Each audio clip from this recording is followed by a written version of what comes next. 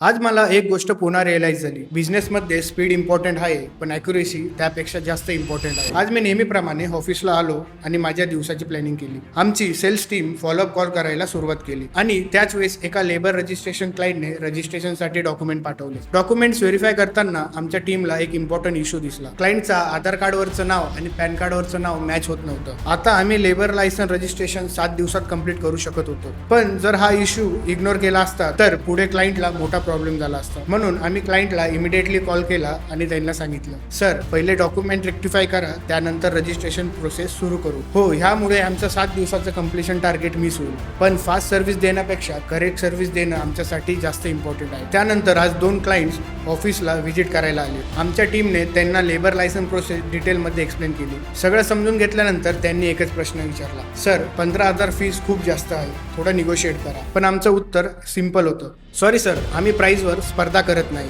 आम्ही quality, compliance आणि तुमच्या विश्वासावर स्पर्धा करतो. कारण कमी फीस घेऊन कॉम्प्रोमाइज करायचा असेल तर तो आमचा बिझनेस मॉडेल नाही. बिझनेसमध्ये सगळ्या क्लायंटला हो म्हणायचं नसतं. कधी कधी क्वालिटी मेंटेन करण्यासाठी नाही म्हणायची हिंमत पण लागते. Trust is building by doing the right thing even when it cost you time or a client. हा होता माझा दिवस 22वा माझ्या 90 दिवसाच्या चॅलेंजचा. अजून जाणून घेण्यासाठी भेटूया उद्या.